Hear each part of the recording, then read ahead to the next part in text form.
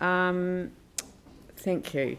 So the last one is in this block, and I might as well do this before, and then we'll break for morning tea, which is a bit late, sorry.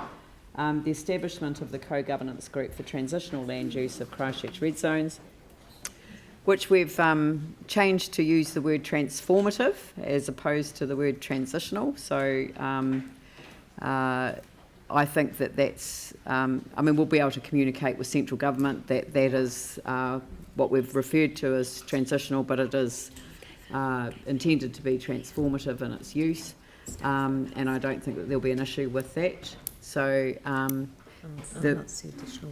there's a resolution at the bottom which says agree that the council is committed to a pathway for transformative use of this land and that this will be reflected in our language and approach. So that's great.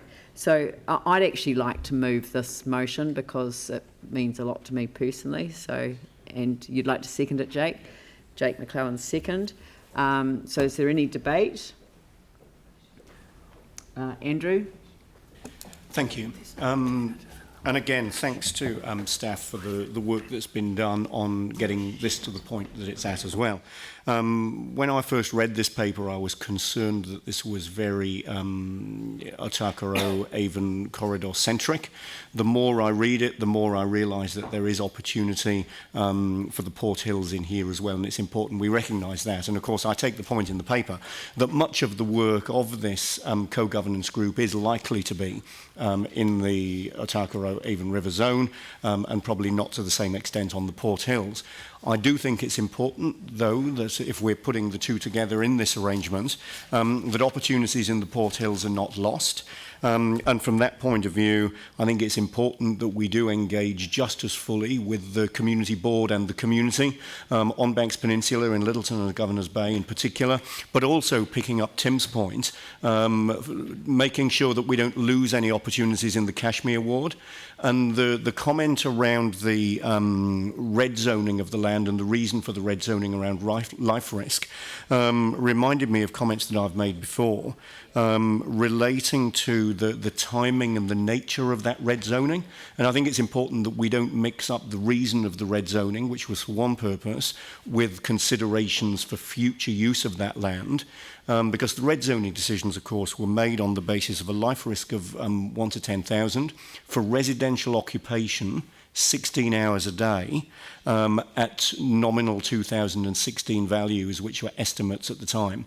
We're now beyond 2016. Presumably, we're not talking about residential occupation or possibly even people occupying any of this land for 16 hours a day. Something like a passive ecological or biodiversity project or a community planting day. All of these are opportunities that I wouldn't want us to not be able to consider because we made some assumptions around the red zoning, which actually was for quite a different purpose. I think the best outcome here would be that we set this up in a way that we can be engaging fully with community boards, with Runanga, with community in all of the parts of the city where there might be opportunity, because it's through that kind of engagement and it's through the correct makeup of this governance group and this group being allowed to get on with its work and to work well, that we'll be able to take advantage of all of those opportunities, whether that's on the flatland or in the hills, and get the best neighbourhood and wider community benefit from them. Anyone else before I close it off?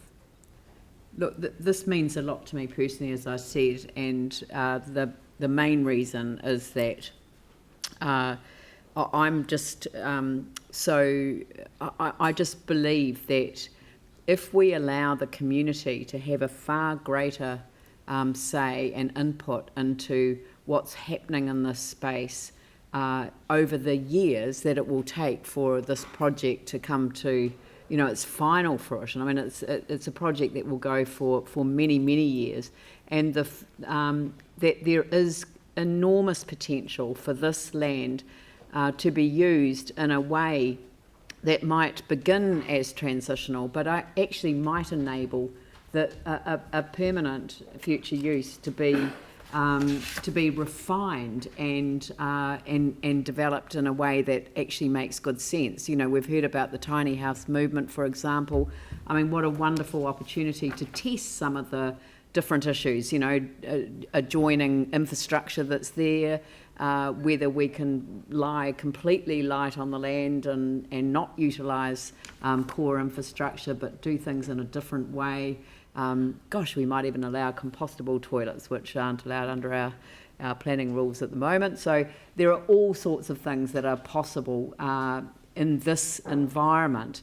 And, you know, I know that people use the language of a living laboratory, but I used to reject that because it made it sound like we were the subject of an experiment. But what if we were the owners of that laboratory and collectively on the scale that we have in the red zone to trial new ways of doing things? I mean, this to me is one of the most significant opportunities that our city will ever have.